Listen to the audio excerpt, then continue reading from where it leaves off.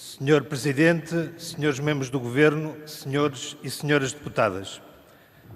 O Bloco de Esquerda convida hoje esta Assembleia e o Governo a realizar um debate de urgência subordinado ao tema supressões nos transportes públicos urbanos e suburbanos. Na realidade, este debate devia ser classificado como um debate de emergência. Emergência porque junta a urgência do tema, a supressão de transportes públicos, com a situação caótica e o desperdício que o não aparecimento do transporte provoca na vida das pessoas e na economia em geral. Dir-se-á que esta questão não é nova e que, porventura, quer os partidos, quer o próprio Governo, já reconheceram que importa responder. Mas a verdade é que quem tem a responsabilidade de dar as respostas, o Governo, estas tardam a ser conhecidas. Daí este debate. Mas há outra razão para esta emergência. É que a situação nos últimos 15 dias, entre 16 e 30 de maio, ao nível do transporte ferroviário e do transporte fluvial, agravou-se subitamente numa dimensão que não se pode ignorar. Efetivamente, neste período, registaram-se 139 supressões de serviços ferroviários ao nível urbano, suburbano e regional, à média de 9 comboios por dia, nas diferentes linhas em exploração de norte a sul do país. 415 supressões de serviços na travessia fluvial do Tejo, sob a responsabilidade da Transtejo e Soflusa, a uma média de 28 serviços por dia.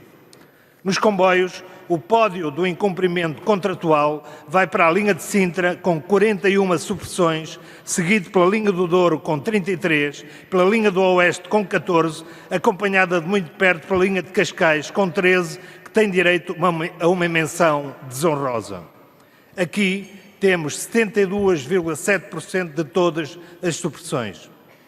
Nos barcos, de acordo com a Comissão de Utentes dos Serviços Públicos do Barreiro, faltam 30 trabalhadores nas áreas da navegação, mestres, maquinistas e marinheiros, na área administrativa e nas áreas comerciais e de apoio ao cliente. Esta situação conduziu a uma situação insuportável devido à enorme sobrecarga da operação nos primeiros 4 meses do ano, que obrigaram à realização de mais de 4.000 horas extraordinárias. Esta circunstância fez com que, em média, os operacionais da Soflusa já tenham ultrapassado o limite legal anual das horas extraordinárias da lei, fixado na Lei Geral do Trabalho. O que significa que, mesmo com a admissão de 4 novos mestres e de 6 novos marinheiros, apenas se vai remendar o problema. Ou seja, perspectiva-se a continuação de fortes perturbações no serviço desta transportadora, pelo menos até ao final do ano, a menos que o Governo mude de política. E mudar de política significa parar de fintar a opinião pública, os trabalhadores e a própria empresa, tentando encontrar paliativos que pouco resolvem para deixar quase tudo na mesma. Isto é, a empresa, os sindicatos e a Comissão de Utentes identificam a falta de 30 profissionais para a operação no transporte fluvial. O Governo anuncia o recrutamento de 10. Quantos ficam a faltar, senhores membros do Governo? Perguntamos, vai o Governo continuar a praticar a política de avestruz e a adiar decisões que consistem no devido preenchimento do quadro de pessoal efetivo para operar com os barcos que estão ao serviço?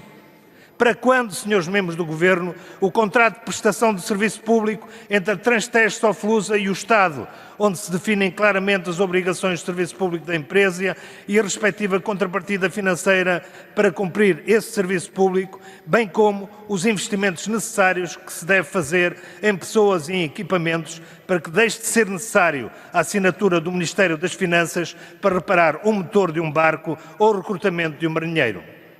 No caso dos comboios, a situação será um pouco mais complexa. Não porque os problemas sejam mais complicados de resolver, mas porque tudo se liga umas coisas com as outras. As supressões que surgem em cada linha têm várias origens e resultam do efeito conjunto da falta de pessoas, de comboios, de manutenção da infraestrutura, dos riscos do excesso de quilometragem de material circulante, da definição de um quadro legal contratual estável.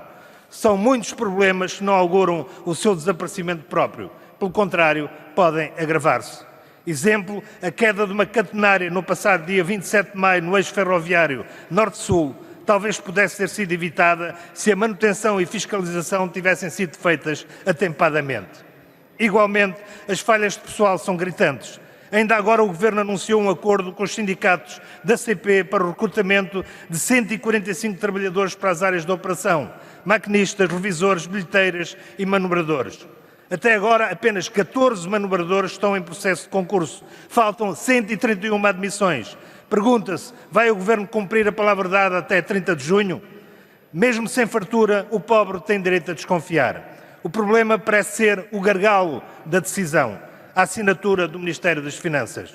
Aqui confrontamos com o cenário que o Sr. Ministro das Finanças tanto gosta, o déficit zero. Como dizia o poeta, o déficit zero está para o investimento público como o rio que tudo arrasta, se diz que é violento, mas ninguém diz violentas as margens que o comprimem. É urgente romper o colete de forças que bloqueia o investimento público nos transportes. Não vamos desistir de responder às expectativas de mobilidade que muitos milhares de utentes têm hoje, fruto do abaixamento radical de preços, porque sempre nos batemos e que o PARTE consagrou no Orçamento de Estado de 2019. O PARTE, nos 2 primeiros meses, aumentou a procura de transporte em mais de 20%, facto que se confronta com a exiguidade de meios de transporte e com o transporte das pessoas em latas de sardinha.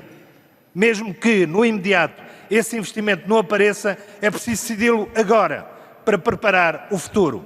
E o futuro só pode ser mais, melhores e ainda mais baratos transportes públicos para todos e para todas. Muito obrigado, Sr. Deputado.